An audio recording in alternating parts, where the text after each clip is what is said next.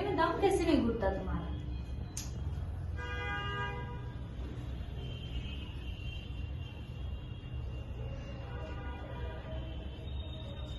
जानते हो शक्कर क्या भाव चल रही है?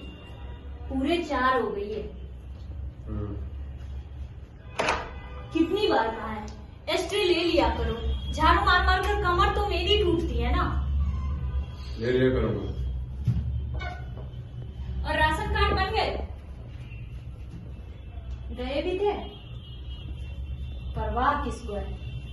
माँ का ऑपरेशन कब तय हुआ है? इसका मतलब अस्पताल भी नहीं गए। अकेले कहाँ कहाँ मरूंगी मैं?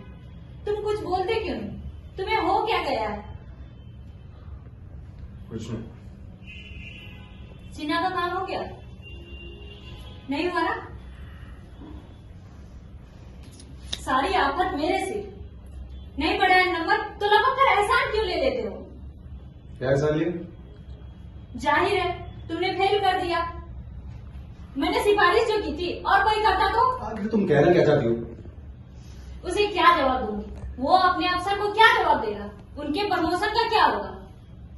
अब लड़का पास होने लायक नहीं था तो मैं क्या करता?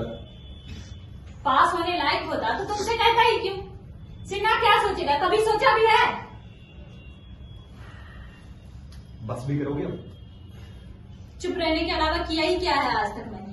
तुम जाकर बैठो हरिश्चंद्र के खाली आसन पर।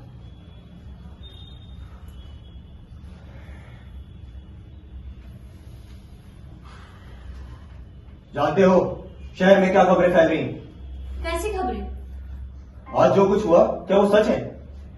क्या हुआ मुझे भी नहीं बताया। अब क्या बताऊं भाभी, बदकिस्मती से आज मैं कॉलेज नहीं जा पाया और इस साले ने मुसीबत खड़ी कर दी। आखिर हो क्या गया? जानती हो आज इसने प्रेसिडेंट के लड़के को ही नकल करते धर दबोचा। यानी राजकुमार को? हाँ हाँ, राजकुमार को, शहर के सबसे बड़े गुंडे को। सब कुछ जानते हुए तुम्हारे अकल में पत्थर क्यों पड़ जाते हैं?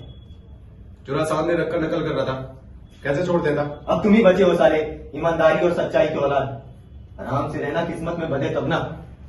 तुम्हें क्या गरज पड़ी थी? कर रहा था नकल तो करने देते, क्या बिगड़ जाता? अब आंखों देखी मक्खी तो नहीं निकल सकता ना। तो फिर झगड़ा होगा? और नहीं तो क्या, इस बार तो अच्छी खासी मार काट होगी। और उनकी जिम्मेदारी थोपी जाएंगी उनके सर। इतने समझाने के बाद भी तुम समझते क्यों नहीं? इस प्रकार बहादुरी दिखाने की क्या तुम्हारी उम्र रह गई है? अब क्यों समझा रही हो?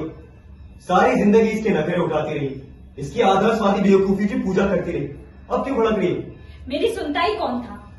सुनता नहीं था तो विरोध करती, पर तुम्हारी बड़प्पन आदमी की आदत कहाँ जाएगी? मेरी भी सुनोगे कुछ? कान पक गए हैं तेरी बात सुनते सुनते। कहाँ तो सोचा था साल 2 साल में तू प्रिंसिपल बनेगा और वाइस प्रिंसिपल मैं बनूंगा, पर तुमने ये मुसीबत खड़ी कर दी। पहले अपनी चमड़ी संभाल, फिर दूसरों पे हाथ लगा। मेरी जगह तुम होते तो क्या करते? मैं होता तो और कागज ला के दे देता, कहता बेटा और नकल करो, मेरे बाप का क्या जाता है? तुम इस तरह सोचते हो? मैं सोचता ही नहीं हूँ, सोचने से कोई फायदा। पर तुम हो ना मिडिल क्लास के आदमी, हर छोटे सवाल को क्लैरिफाई करोगे, हाहाकार मचाओगे। तुम्हें पूछता कौन है? दूसरों के लिए सवाल छोटा हो सकता है ये तुम, लेकिन हमारे लिए नहीं। हमारे लिए जीवन और मरण का सवाल है, प्रोफेशनल एथिक्स का सवाल है। लेक्चर मत दो। जब से तुमने देवलेदू का द्रोणाचार नाटक खेला है तुम्हारा दिमाग फिर गया है। छोड़ो ये मिडिल क्लास का नपुंसक जोश और जाओ उस प्रेसिडेंट के पास और हाथ पांव जोड़ो, केस को रफा दफा करो। और नहीं तो क्या, माँ कैंसर के लिए कैंसर से अस्पताल में पड़ी है, विधवा बहन हर पहली तारीख को तेरे मनी ऑर्डर का इंतजार करती है, लड़के को मेडिकल कॉलेज भेजना है, उनकी तरफ देखो और छोड़ो ये सिद्धांत की मूर्खता। इन्हें समझाना बेकार है यदु भाई, समझदारी से तो इनकी दुश्मनी है। उम्र बीत गए दीवार पे सर मारते मारते।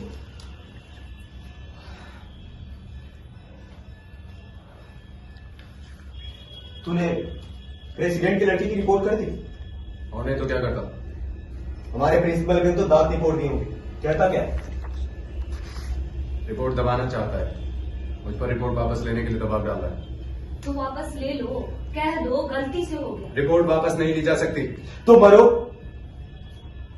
प्रेसिडेंट जब नौकरी से बाहर निकालेगा ना तब अकड़ ठिकाने आएगी। ऐसे कैसे निकाल देगा? बाकी प्रोफेसर चुप रहेंगे क्या? तो किस दुनिया में रहते हो?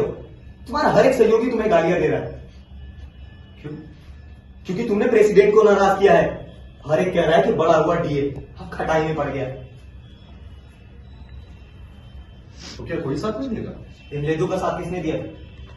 बीच चौराहे पे गुंडों ने उसकी जान ले ली थी। सब तुम तुम्हारे बीच में घर में बैठे रहे। एक तो आदमी सोचता कि गवाही देने जाए, सब साले बैठे रहते हैं घर में।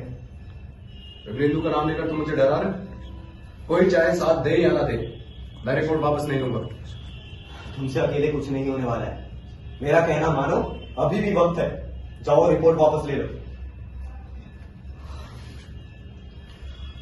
अब कहां जा रहे हो? अरे लड़के तो कोई योजना बना ही रहे होंगे, उनके योजना का जानकारी होना जरूरी है। और मेरा कहना मानो, रिपोर्ट वापस ले लो। कोई साथ नहीं देने वाला है और किसी पे भरोसा भी मत करो।